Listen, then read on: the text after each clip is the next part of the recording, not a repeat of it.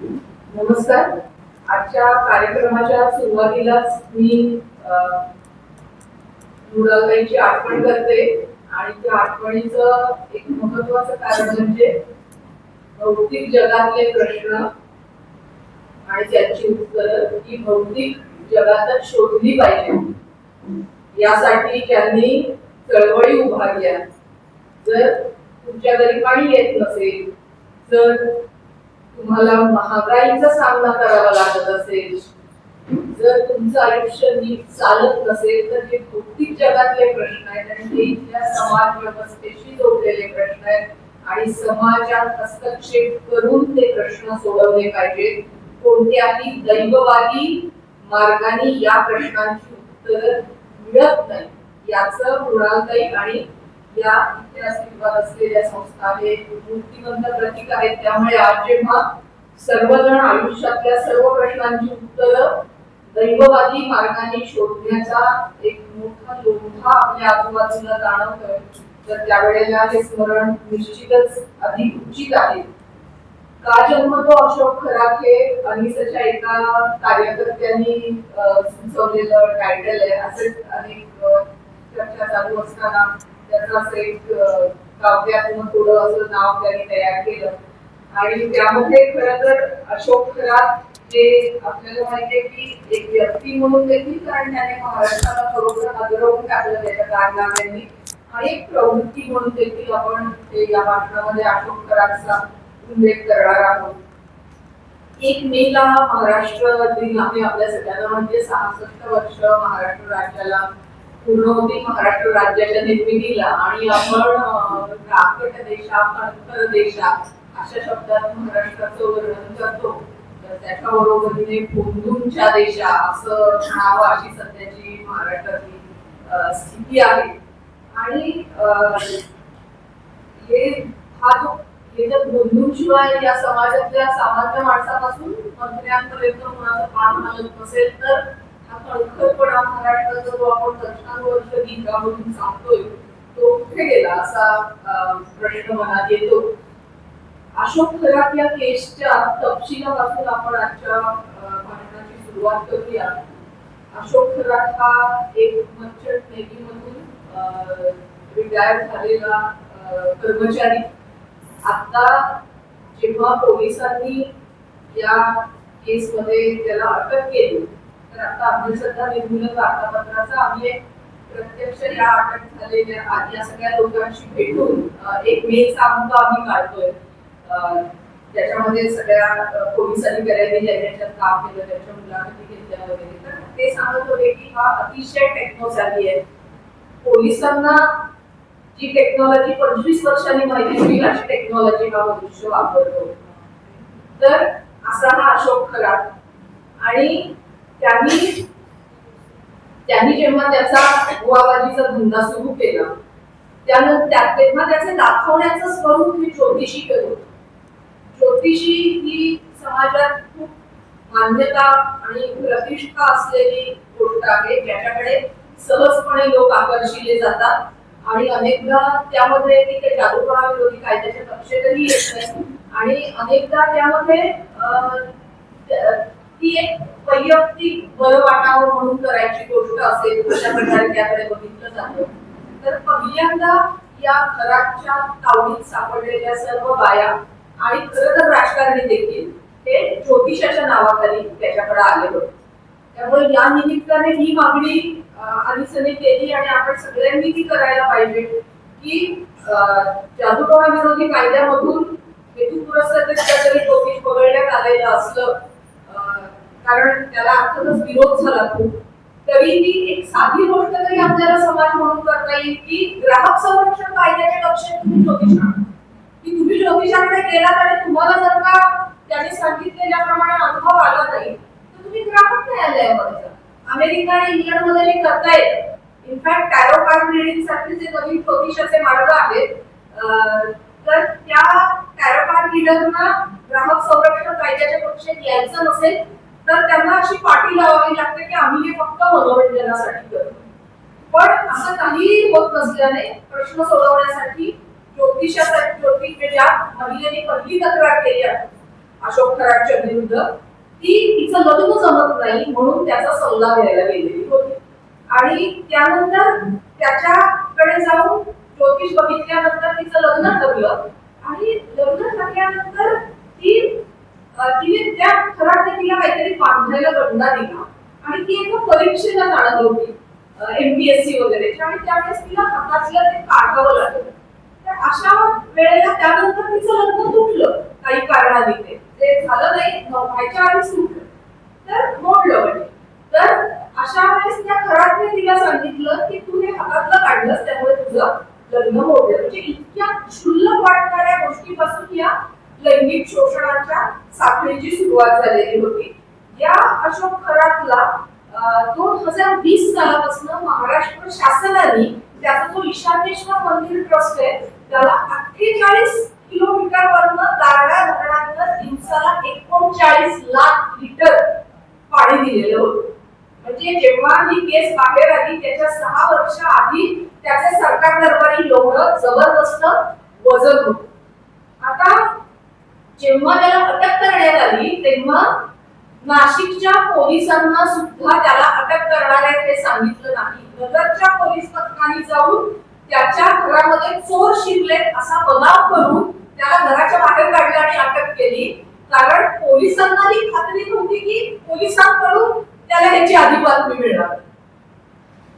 म्हणजे ही पोलिसांच्या वरिष्ठ लोकांना किंवा गृह मंत्रालयाला सुद्धा खात्री नव्हती. तो इंग्रजीमध्ये अनटचेबल्स असा एक शब्द आहे की काही माणसं इतकी मोठी होतात की ज्यांना कोणीच हात लावू शकत नाही, ज्यांना कोणी हात लावूही शकत नाही.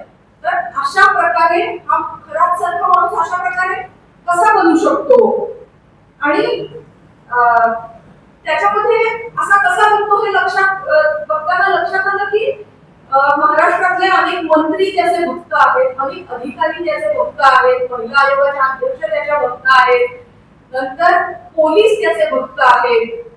तर असे जे बाबा असतात त्यांच्याकडे अशा वेगवेगळ्या भक्तांचे अनेक गुपित जमा होतात आणि त्यामुळे त्यांचा प्रभाव वाढतो. ही एक गोष्ट होते. तुम्ही आता नुकतं बघितलेलं असेल की महाराष्ट्राचे नाही सर्वोच्च न्यायालयाचे माजी न्यायमूर्ती भूषण गवई हे त्या बागेश्वर धाम बाबा या नावाने प्रसिद्ध असलेल्या वीरेंद्र शास्त्रीच्या दर्शनाला नुकतेच गेलेले होते.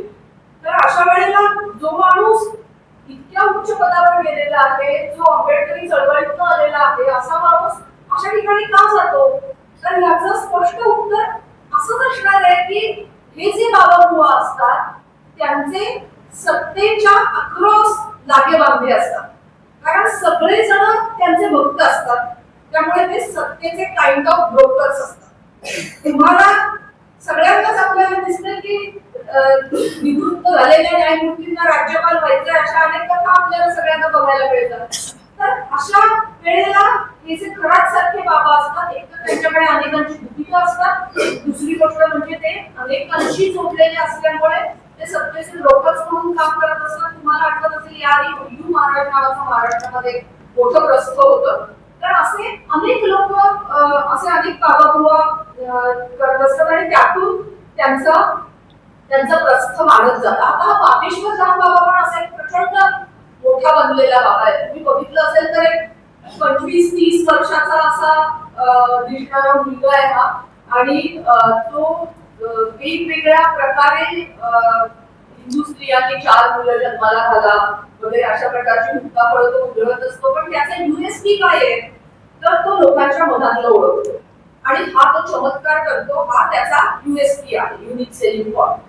तुम्ही जर सुहानी शहाचे जादूचे प्रयोग बघितले असेल तर त्याला मेंटॅलिझम असा शब्द वापरला जातो की लोकांच्या मनातलं ओळखणं. सुहानी शहा किंवा तिच्यासारखे मेंटॅलिस्ट हे जादूचे प्रयोग म्हणून करतात आणि आपण ते बघताना अक्षरशः दिग्मूढ होतो की समोरच्या बसलेल्या माणसाचा तरुणपणातला क्रश कोण होता याचं नाव ती चिठ्ठीवर लिहून दाखवते. तर इतकं ती लोकांच्या मनातलं ओळखू शकते. तर अर्थात ती जाहीर करते की ही कला आहे, ही जादूचा प्रयोग आहे, यामध्ये माझ्या अंगात कोणतीही ताकद नाही. त्याला बागेश्वर धाम बाबा एक्झॅक्टली हेच प्रयोग करतो. पण तो असं म्हणतो की माझ्या अंगामध्ये दैवी शक्ती आहे म्हणून मी ही गोष्ट करू शकतो. तर असे हे जे असे जे मोठे बाबा बुवा आहेत त्यांच्या म्हणजे आता खरा अर्थ झाला बागेश्वर धाम बाबा झाला. आता तुम्ही जर पेपरात वाचलं असेल तर एप्रिल मध्ये अजून एका मोठ्या बाबाला आता नुकताच जामीन मिळाला. 11 वर्ष तो तुरुंगात होता. त्याचं नाव रामपाल बाबा. तो हरियाणा मधला बाबा आहे. त्याची त्याची साधारण 5 ते 10 हजार लोकांची प्रायव्हेट आर्मी आहे.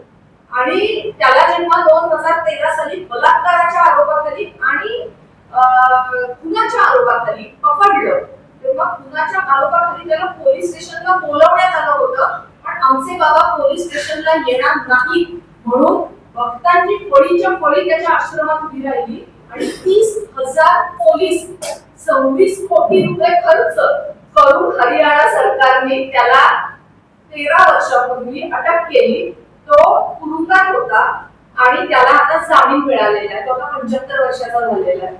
जेव्हा बलात्काराच्या आणि खुनाच्या आरोपाखाली असलेले हे बाबा जेव्हा तुरुंगातून बाहेर पडतात तेव्हा हजारो लोक त्यांचं स्वागत करायला येतात. त्यांच्यावरती फुलं उधळतात. तिथून ते त्यांच्या आश्रमात जातात. तेव्हा त्यांच्यासाठी पायघड्या घालतात. बलात्कार केलेल्या बाबांच्या सेवेसाठी शिष्य महिला तत्पर असतात. ही आपल्या देशातल्या मोठ्या बनलेल्या बाबाबुवांची स्थिती आहे. हा रामपाल बाबा आता जामिनावरती बाहेर सुटलेला आहे. अजून एक मी उदाहरण सांगेन. तुम्हाला आठवत असेल 4 वर्षापूर्वी उत्तर प्रदेशातल्या हाथरस मध्ये एक भोले बाबा नावाचा बाबा होता. तो बाबा त्याचा सत्संग होता. त्या सत्संगाला त्याच्या सगळ्या वेळांसाठी सत्संग असा एक हरी शब्दावली वापरला जातो. तर त्या सत्संगामध्ये जवळपास 2 लाख लोक जमले होते. आणि अर्थातच तिथे कोणती व्यवस्था केलेली नव्हती. कारण या व्यवस्थेसाठी भक्तांच्या खर्च करण्याची या मुलाला काही गरजही नाही. त्यांच्या जीवनाला एवढी किंमत देण्याची. तुम्हाला आठवत असेल की इथे महाराष्ट्र भूषण पुरस्कार मिळालेल्या रायगडच्या एका बाबांचा नवी मुंबईमध्ये मेळावा होता तेव्हा केवळ उष्माघाताने 11 लोक मेले होते. म्हणजे जे लोक त्या बाबाच्या प्रेमासाठी आले होते त्यांच्या स्वतःच्या वेलबिंगची तरतूद करण्याची देखील त्यांनी काळजी घेतली नव्हती. तसंच या हाथरसमध्ये घडलं. या भोले जाटव समाजातले लोक याचे खूप फॉलोअर्स आहेत या भोले बाबाचे. जाटव हा दलित समाज आहे. अत्यंत गरीब समाज आहे. एका बाजूला तो डॉक्टर आंबेडकरांना मानणारा समाज आहे पण दुसऱ्या भौतिक आयुष्यामध्ये अत्यंत वंचितता सोसणारा समाज आहे. तो समाजाचे लोक या बाबाचे भक्त होते. या निमित्ताने हे सांगितलं पाहिजे की हे सगळे बाबा बुवा एवढे मोठे होतात. त्यांच्या मागे कुठल्या ना कुठल्या प्रकारच्या असं विशिष्ट समाजाचं जातीचं काही जातींच्या समूहांचं एकत्र येऊन असलेलं त्या गावातलं किंवा त्या मतदारसंघातलं असं मोठं बळ यांच्या मागे असतं. आणि त्यामुळे कुठलाही राजकीय पुढारी त्यांच्या विरुद्ध काहीही करू इच्छित नाही. जेव्हा जादूटोणा विरोधी कायद्यासाठी डॉक्टर नरेंद्र दाभोळकर 18 वर्ष प्रयत्न करत होते आणि महाराष्ट्र आलीसर त्यांच्या पुनर्नंतर शेवटी तो कायदा मंजूर झाला. तर त्या कायद्याचा अनेकदा महाराष्ट्र शासनाने हा कायदा आम्ही मंजूर केला म्हणून जाहिरात सुद्धा केली वर्तमानपत्रामध्ये. पण प्रत्यक्षात त्यांनी तो कायदा मंजूर केला नव्हता.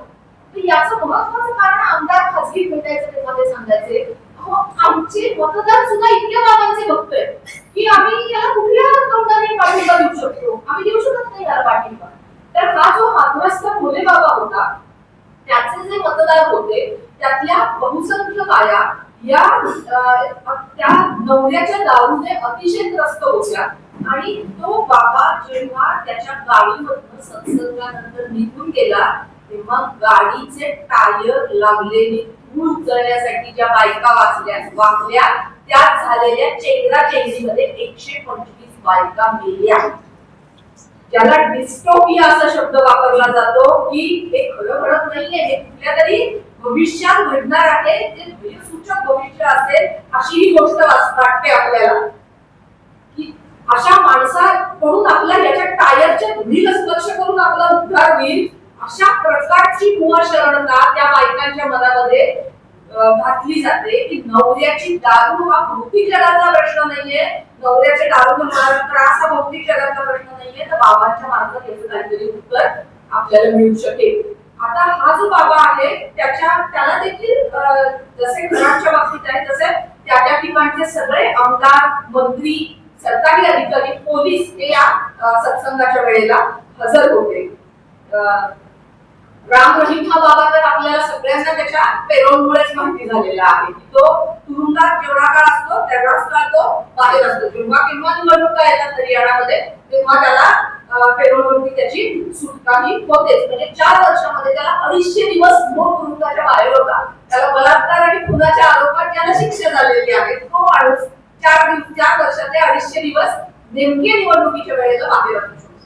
त्यामुळे का घडतो खराब याची ही का जन्मतो खराब याची ही एक ब्रॉडर काय म्हणायचं सामाजिक आर्थिक राजकीय चौकट आहे ज्याच्यामध्ये भक्तांपासून सुरुवात होते. भक्तांना खुश ठेवण्यासाठी किंवा भक्तांचा अनुनय करण्यासाठी त्यांच्या बरोबरीचे राजकीय नेते आणि ते स्वतः देखील भक्तच असतात अनेकदा. म्हणजे तुम्ही महाराष्ट्रात घराचे भक्त असलेले राजकीय पुढाऱ्यांची जर का स्टेटमेंट वाचली असेल तर तुमच्या लक्षात येईल की ते स्वतः सुद्धा खरे भक्त पण आहेत. एका बाजूला ते भक्त पण आहेत आणि एका बाजूला ते त्याचा फायदा घेणारे काय राजकारणी पण आहेत.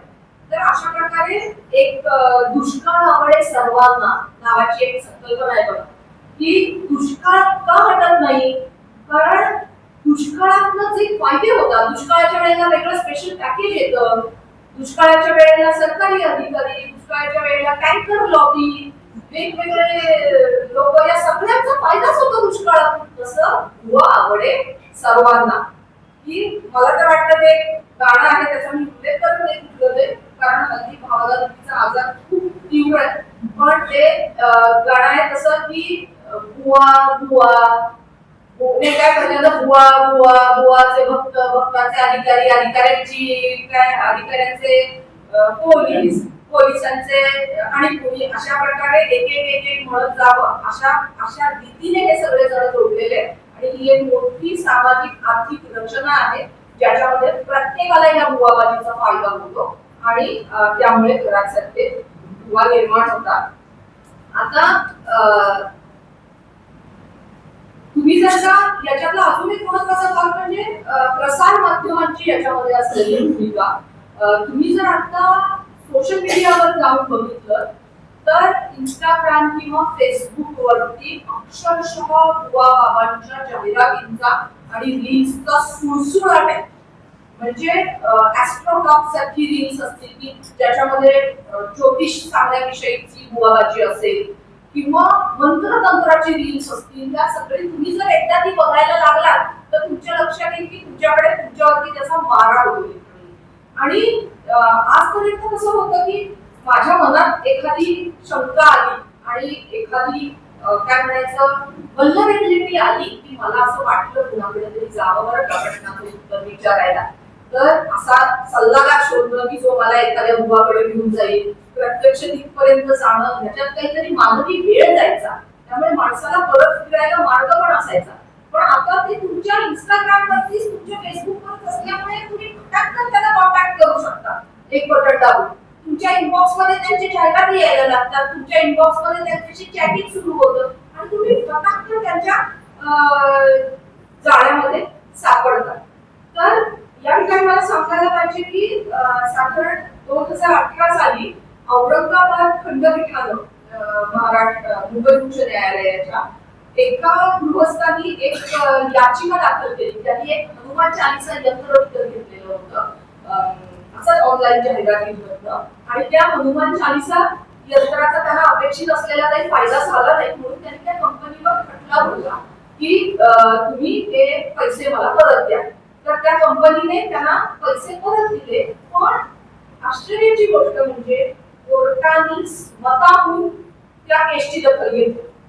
म्हणजे एखाद्या विषयाची चळवळ होते म्हणजे समाजातल्या प्रत्येकाला त्याच्याबाबत काहीतरी करावं असं वाटतं. त्या कोर्टाचा आमचा काही ओळख नाही आणि काही संबंध नाही.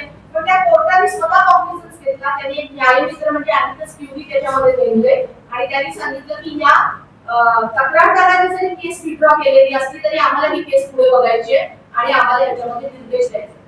आणि औरंगाबाद खंडपीठाने याच्यामध्ये निर्देश दिलेले आहेत की अशा जाहिरातींचा प्रसार देखील हे देखील जादूटोणा विरोधी कायद्याचं उल्लंघन समजावं आणि सरकारने तातडीने अशा जाहिरातींच्या प्रसारावरती बंदी घालण्यासाठी काहीतरी करावं. परंतु इतकी वर्ष झाली तरी त्याचा पाठपुरावा करून देखील अजून काहीही हातात येऊ शकत नाही. या जाहिराती राजरोसपणे चालू आहेत. तुम्ही जाऊन बघा, तुम्ही टीव्ही लावलात की तुम्हाला आध्यात्मिक चॅनल्स सर्च करताना समोर दिसतातच. भारतामध्ये साधारण 30 ते 50 चॅनल्स आहेत, प्रायव्हेट चॅनल्स. कुठल्या तरी बाबा बुवांची प्रायव्हेट चॅनल्स आहेत. आणि तुम्ही लक्षात घ्या, 3 संस्थांना मिळून एक कार्यक्रम आपल्याला जेव्हा आयोजित करायचा असतो तेव्हा आपला किती लोकांपर्यंत रीच होतो, आपल्याकडे असलेली संसाधनं काय असतात आणि त्यातल्या एकेका बुवाच्या मालकीची प्रायव्हेट चॅनल्स आहेत. तर ही किती विषम लढाई आहे. आणि भारतामध्ये विज्ञानाला वाहिलेला एकही प्रायव्हेट चॅनल आहे. पण तुम्हाला विज्ञानाचे धडे शिकवले जातील सरकारी ह्याच्यामध्ये सुद्धा धडे शिकवतात, ते वैज्ञानिक दृष्टिकोन नाही शिकवत. अशी सरकारी चॅनल्स काही मिळतील जिथे धडे शिकवले जातील, पण खासगी चॅनल एकही विज्ञानाला वाहिलेलं नाही अशी चॅनल्स आहेत. तुम्ही जर का साधं फेसबुकवर गेलात तर अत्यंत प्रतिष्ठित न्यूज चॅनल्स जे आहेत तर आजच येत आहेत का मला दिसलं. त्यामुळे मी ते लिहूनच आणलंय. कलियुगात भक्ताने बाळगली विठ्ठलाची लग्नाची इच्छा, स्वामी कशी करतील पूर्तता. तर हे एका प्रतिष्ठित न्यूज चॅनलची ही टॅगलाईन आहे. त्यांच्यामध्ये तुम्ही काय रिलायबल बातम्या बघायला तुम्ही त्यांच्या चॅनलमध्ये जा. तर अशा प्रकारे जर का प्रसार माध्यमांमधून याचा प्रसार होणार असेल तर परत या विषम लढाईची तीव्रता अधिक वाढते. आणि या संपूर्ण प्रसार माध्यमांचं म्हणजे ते अनिस कार्यकर्त्यांना खूप वेळा कार्यक्रमांना बोलवतात, त्यांना मनोमन त्यांचं वैयक्तिक मत हेच असतं असं त्यांना अनेक जण सांगतात की जे चाललंय ते फार वाईट आहे. की आमचं रेव्हेन्यू मॉडेल कसं आहे की आम्हाला त्या बुवांची हे घेतल्याशिवाय आम्हाला पैसेच मिळत नाही. तर म्हणजे बुवा आवड आहे सर्वांना. याच्यामध्ये या देशातल्या मंत्र्यांपासून या देशातल्या न्यूज चॅनल्स पर्यंत सगळ्यांना ते बुवा आवडत आहे आणि त्यामुळे खराच सारखा बुवा एवढा प्रचंड मोठा होऊ शकतो. आता या ही सगळी पार्श्वभूमी मांडलेली असताना हे जे मुळात म्हणजे सुरुवात भक्तांपासून होते की बुवा हल्ली जन्माला येतो कारण कोणीतरी भक्त त्याच्याकडे जायला लागतात. तर ही जी मानसिकता आहे भक्तांची ती नेमकी काय आहे आणि ती कशा पद्धतीने घडवली जाते. आपल्या देशामध्ये नशीब ही संकल्पना या सर्वाला वेढून असलेली एक संकल्पना आहे की तुमच्या आयुष्यामध्ये तुम्हाला जे सोसावं लागतं ते तुमच्या गेल्या जन्मीच्या कर्माचं फलित आहे. आणि तुम्हाला जे काही बरं वाईट वाटायला येतं ते तुमच्या नशिबामुळे घडतं आहे. म्हणजे आजच्या समाज व्यवस्थेमध्ये लोकांचा रोष उद्भवू नये यासाठी जेव्हा कुठलंही हितवादी उत्तर राज्यकर्ते पुरवत नाहीत किंवा समाज व्यवस्थेतले प्रस्थापित पुरवत नाहीत तेव्हा ते उत्तर केवळ दैववादीच असू शकतं की ज्याच्यावर भरवसा ठेवून वर्षानुवर्ष पिढ्यानुपिढ्या शतकानुशतकं माणसं शांत बसतात की माझ्या नशिबातच नाही तर मी काय करायचं. ही साधी गोष्ट आहे की माझं कर्मच पूर्वजन्मीचं मला नडत आहे. आणि अशा वातावरणात मुलं लहानाची मोठी होतात. या प्रकारचे संस्कार घेऊन मुलं लहानाची मोठी होतात. या बरोबरीने दैनंदिन जीवनातले अनेक अनुभव असतात. अगदी साध्या साध्या गोष्टी असतात की मांजर आडवं गेलं तर आपलं काम होत नाही, मुल्यामध्ये शिकलं तर आपल्या घरात काहीतरी वाईट होतं. अशा हजार गोष्टी आपण ऐकत आलेलो असतो. जर एका शाळेमध्ये आम्ही गेलो आणि मुलांना फक्त यादी करायला सांगितली, तुम्ही ऐकलेल्या अंधश्रद्धांची यादी करा, तर तुम्हाला खोटं वाटेल पण एक वर्गामध्ये धाड धाड धाड धाड 100 अशा गोष्टी येतात की मांजर आडवं जात नाही सध्या, की उंदराचं झाड बाईने तोडू नये किंवा काय काय काय काय काय येतात. म्हणजे या सगळ्या गोष्टी आपल्या वातावरणाचा भागच आहे. ते आपल्या आईकडून, वडिलांकडून, आजीकडून एक जगाला सामोरं जातानाचा दैनंदिन चर्चेचा भाग म्हणून आपल्या कानावरती पडत राहतात. अशा वातावरणामध्ये आपली मुलं मोठी होतात. आणि याला डॉक्टर नरेंद्र दाभोळकर असा शब्द वापरायचे की आपण समाज म्हणून विज्ञानाची सृष्टी घेतलेली आहे पण विज्ञानाची दृष्टी घेतलेली नाही. आपण विज्ञानाची करणी घेतलेली आहे पण विज्ञानाची विचारसरणी घेतलेली नाही. म्हणजे कुठल्याही वैज्ञानिक शोधांच्या मुळाशी असलेली जी कार्यकारण भाव शोधण्याची पद्धत आहे एक आपण साधी गोष्ट ऐकतो की जेम्स बॅटने इटलीचं झाकण थडथड, हे लक्षात घ्या. कार्यकारण भाव म्हणजे काय, तर ही हे जे थडथड उडणारा वाफे झाकण आहे त्याच्यामध्ये वाफे असेल. मी गेल्या मंगळवारी आंघोळ केली नाही किंवा मी गेल्या आठवड्यावर आंघोळच केली नाही म्हणून हे झाकण थडथड उडतंय, हे जर का कुणी म्हणायला लागलं तर तो कार्यकारण भाव नाही. तर आपण जेव्हा उत्तर शोधतो ना समाजामध्ये, तेव्हा ती अशा प्रकारची असतात, ती कार्यकारण भावावर आधारित असतात, त्याला कॉझेशन नसतं, ते कोरिलेशन असतं. हे दोन फरक याच्यामध्ये आपल्या समाजामध्ये खूप मोठ्या प्रमाणात गल्लत करण्यात येते. या शाळेतला मी एक अनुभव सांगेन. मी एकदा इथल्या कार्यक्रमाला गेले होते, मुलांशी बोलत होते, तर एका मुलाने मला सांगितलं की तो दुपारी अंडी आणायला जातो आणि मग अंडी करून तो खातो. तर अंडी आणायला जाताना एक छोटा ओढा त्याला त्याच्या वस्तीतला पार करायला जातो. तर त्याच्या आईने त्याला सांगितलेलं, दुपारी जर अंडी आणायला गेला असता खिळा ठेवून जायचा, म्हणजे तुला भूक लागणार.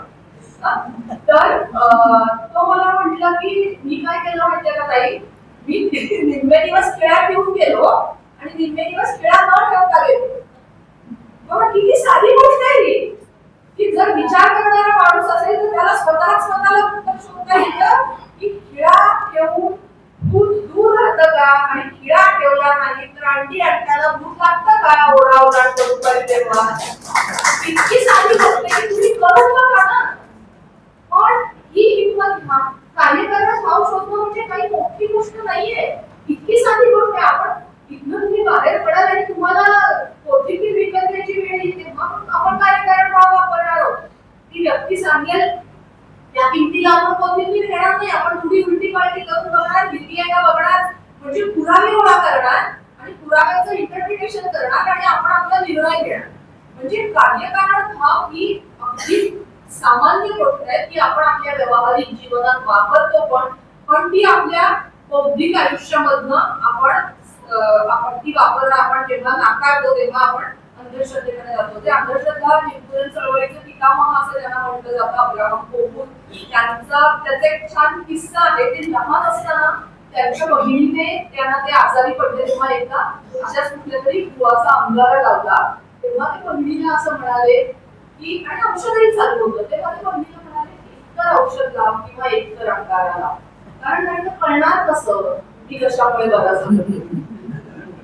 तर मला वाटतं की ही जी गोष्ट आहे ना, की आपल्याला नक्की कशाचा गुण येतोय हे समजणार कसं, आणि जर का हातात खडी अंगठ्या घालून, टॅरो कार्ड वाचून किंवा ज्योतिषांचे सल्ले घेऊन नोकऱ्या करत असत्या, तर मग जो अब्राहम कोहूरांचा प्रश्न आहे ना, तो प्रत्येकाला खरं तर पडला असतो तर आपण अंगठ्या विकत घ्यायला गेलो नसतो.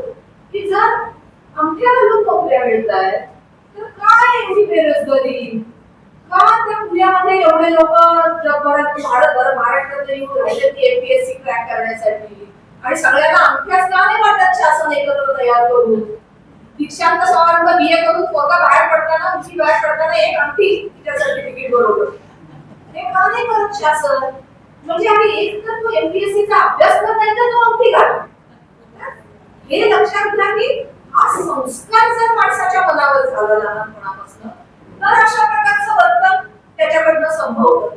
नाहीतर अनेकदा आपल्या मनाला जे कुशनिंग लागतं, जे शॉक ऑब्झर्वर्स लागतात, त्याच्यासाठी अशा प्रकारच्या वर्तनाची जर सवय आपल्याला पडत गेली तर त्याला कुठलाही त्याला अंतर राहत नाही. आणि आता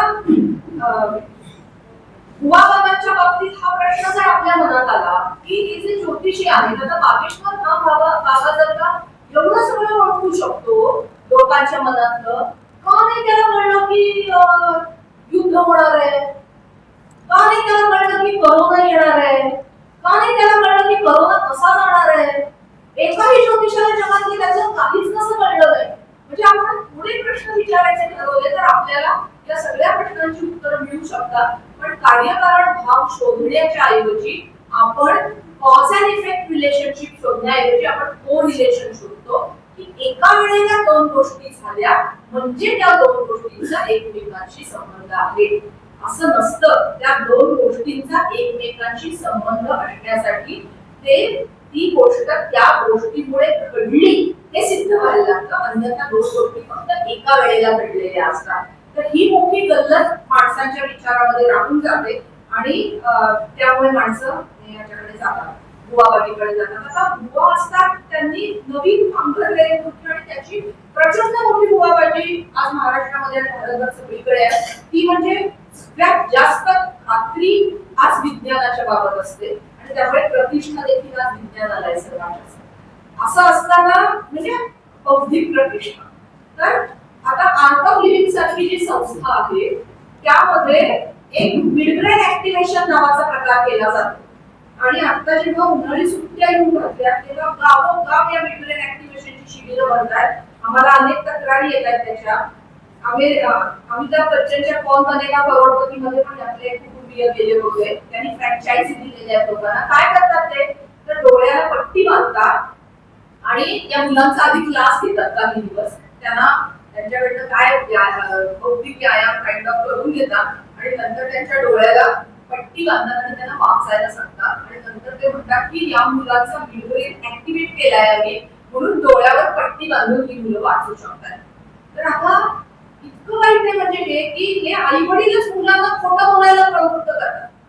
कारण लक्षात घ्या की त्यांना जर असं सांगितलं इथं धरून वाचण्याऐवजी इथं धरून वाचा तर कुणाला वाचता येत नाही. किंवा आपण सगळेजण जे आगळी कोशिंबीर लहानपणी खेळलो असतो त्या प्रत्येकाला समजतं की ते कसे वाचतायत. ते असं खाल्लं बघतात आणि वाचतात आणि आई वडीलच या मुलांचं कौतुक करतात की माझ्या मुलाचा मिडब्रेन ऍक्टिव्हेट झाला आणि कारण मी त्याच्यासाठी 10 ते 25,000 मोजलेले असतात आई वडिलांनी. तर हे आर्ट ऑफ लिव्हिंगच्या नावाखाली आज महाराष्ट्रामध्ये चालू आहे. ह्याची फ्रँचायझी दिली जाते, याच्यावरून पैसे गोळा केले जातात आणि अनेक लोक आपल्या मुलांना हुशार करून घेण्यासाठी या मार्गाला जातात. आता पालकांच्या मनात खरं तर हा प्रश्न यायला पाहिजे की डोळे बंद करून वाचणं हे काही हुशारीचं लक्षण आहे का?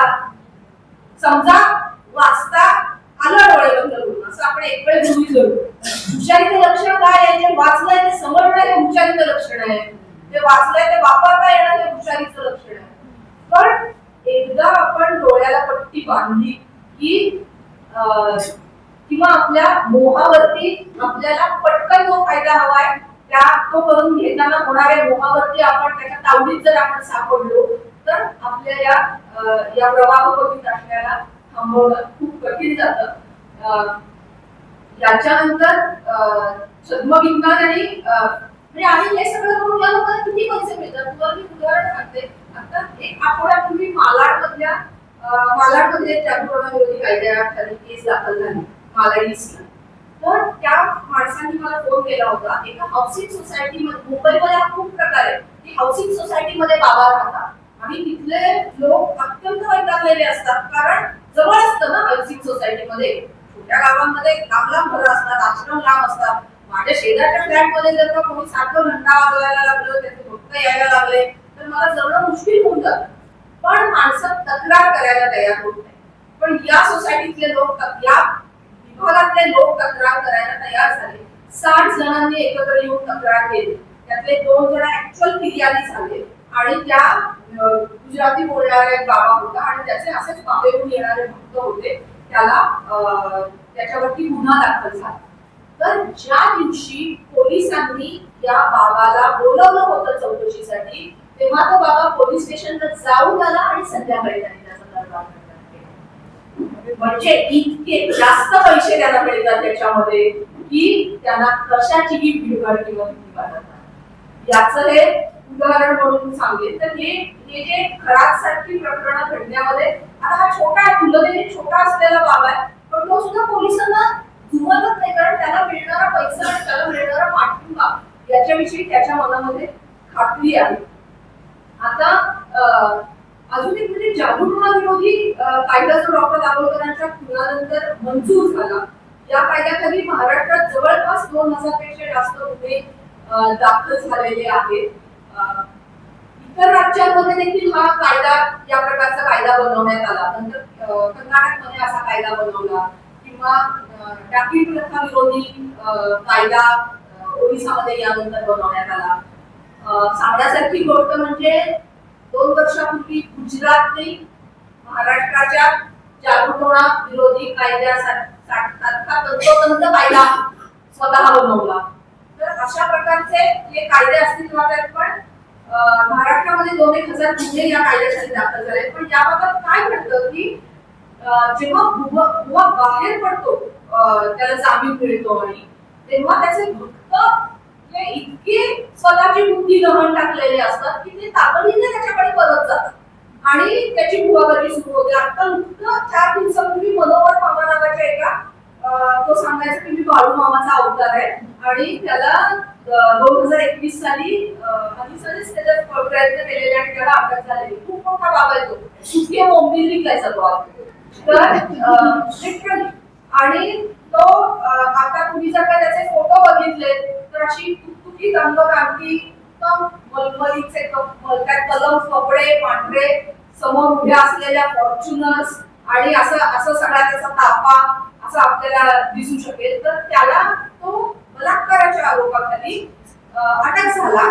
त्याच्यानंतर तो जामिनावर सुटला आणि जामिनावर सुटल्यानंतर फक्त सोलापूर जिल्ह्यात त्याने पुण्याला बसताना हलवलं स्वतःचं आणि तिथे त्याची बुवाबाजी सुरू केली. आता परत एकदा त्याच्यानंतर तक्रार झाली आणि त्याला परत एकदा अटक झाली.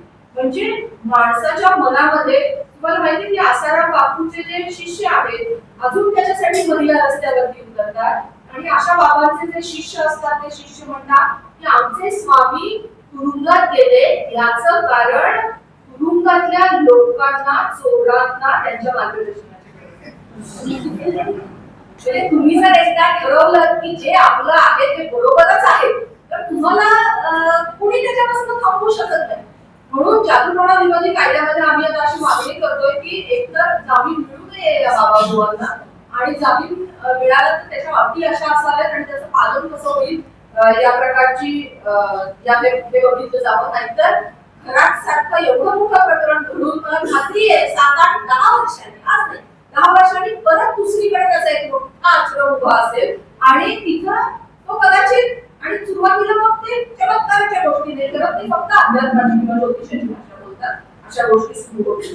अजून एक आजच्या भाषणात अपेक्षित असलेला मुद्दा की जो हा जन्म तो खरातमध्ये अपेक्षित आणि ज्याची चर्चा होते म्हणजे खरात प्रकरणाबद्दल महाराष्ट्रात एवढ्या संवेदनशील प्रतिक्रिया उमटल्या. त्याचं महत्वाचं कारण म्हणजे त्याने केलेले लैंगिक अत्याचार आणि त्याचे जे व्हिडिओ सुद्धा लोकांनी बघितले त्याच्यामुळे लोकचे शॉक झाले.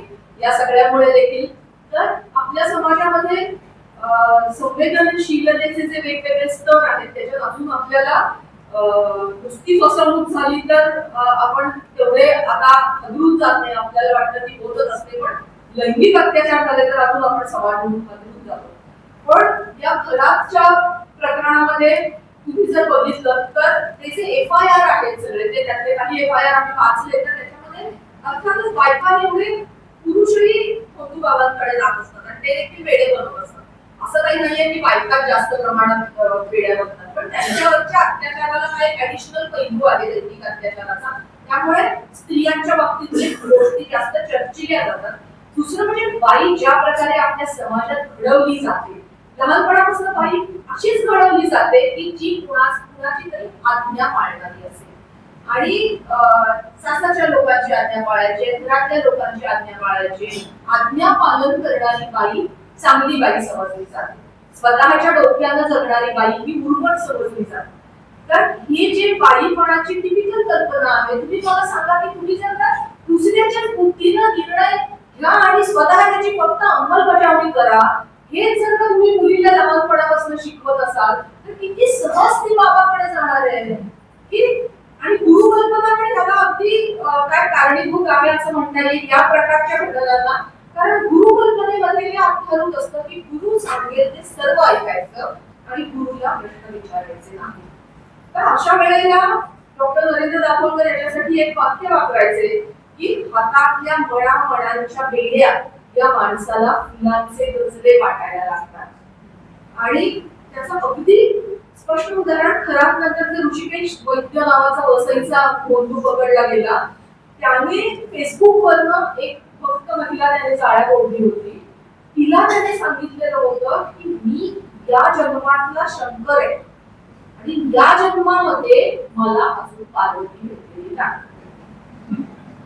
आणि या बाईला वाटलं की आपण या जन्मात आणि तू या जन्मातली पार्वती आहेस आणि त्या बाईचा त्याच्यावर विश्वास बसला.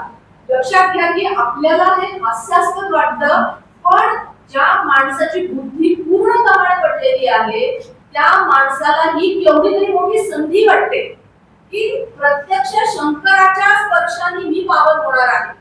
आणि मला कारण एक गोष्ट की ज्ञान एक तर तुम्ही तपश्चर्या करून मिळवू शकता किंवा पुण्य तुम्ही तपश्चर्या करून मिळवू शकता, पण दुसरा मार्ग पुण्य मिळवण्याचा संक्रमण हा असतो की ज्याने हे मिळवलेलं आहे तो तुमच्यापर्यंत ते पोहोचवू शकतो. आणि मग अशा वेळेला निश्चितच लैंगिक अत्याचार हे संक्रमणाचं सगळ्यात जवळचं माध्यम आहे.